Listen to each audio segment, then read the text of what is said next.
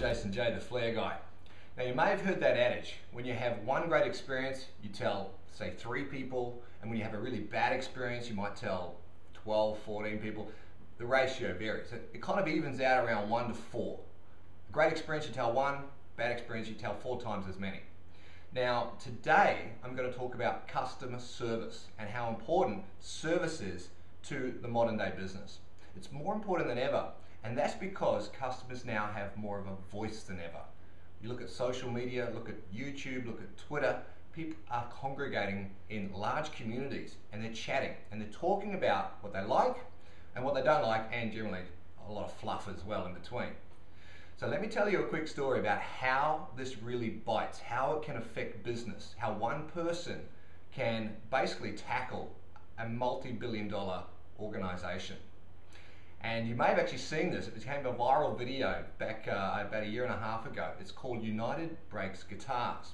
And the story goes that Dave Carroll, a Canadian musician, was on his way with his musician bandmates on a plane from Canada to, I think it was Omaha in the States. And he was connecting via Chicago. And they're sitting on the plane and he hears this woman say behind him, "Oh look, they're throwing guitars around out there." And they look out the window and sure enough, the ground crew are just throwing this expensive musical equipment all around the place.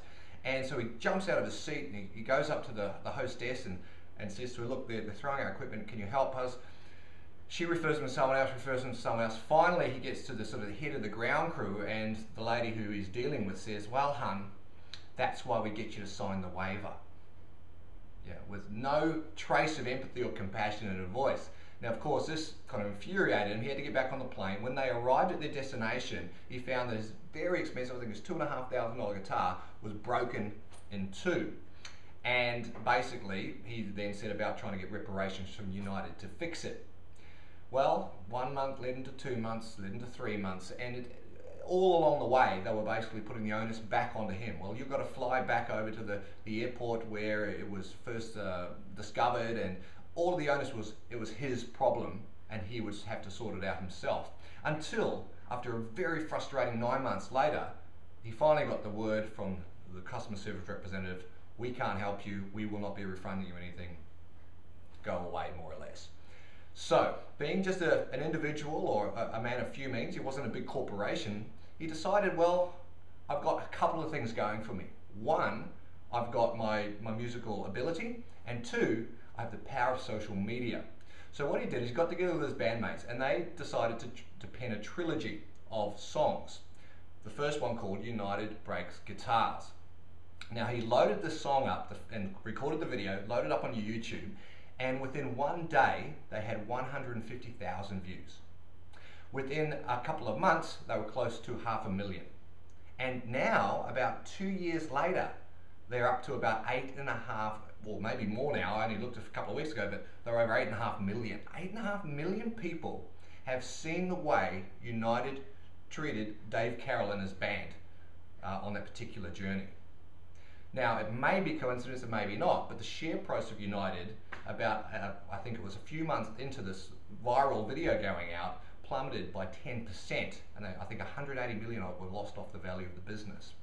Now, there's some conjecture as to whether that was the industry or whether that was, who knows. The fact is that there was the customer service and that particular episode played some role, who knows how large. It's a different world out there now. We have to be more vigilant, more engaged with our customers than ever before. Every interaction counts. Every single transaction has to have some heart and some care factor to it. Otherwise, things can get out of hand. People can talk, and the reach is great. So this is the first of many of my new vlogs. It's going to be all around customer service and service culture. It's an issue that's very dear to my heart, and I hope the stories like this are engaging for you, because these are sort of where I'm coming from. How do we navigate this new landscape where the customer has more power than ever before? Which we should as customers, shouldn't we? Anyway, something to think about. I'm Jason J. I'll see you on the next vlog. Thanks very much. Bye.